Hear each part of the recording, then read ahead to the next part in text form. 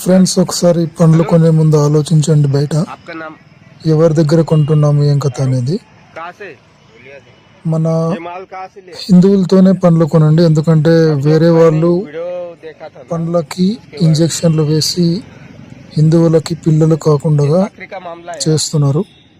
నేను ఇంకా ఇలాంటి వీడియోస్ గ్రూప్లో షేర్ చేస్తా. మీ మంచి కోసమే చెప్తున్నా. అంటే వేరే మతాల వాళ్ళు చెడ్డవాళ్ళని చెప్పట్లేదు, కానీ వేరే మతంలో వాళ్ళు కూడా చెడ్డోళ్ళు ఉన్నారు, మంచోళ్ళు ఉన్నారు.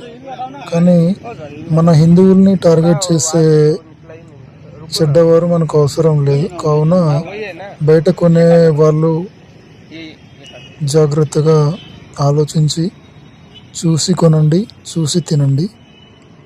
ఏది పడితే ఇది కొనుగోలు చేసి తినకండి. జాగ్రత్తగా మంచి వాళ్ళ దగ్గర కొనుగోలు చేయండి.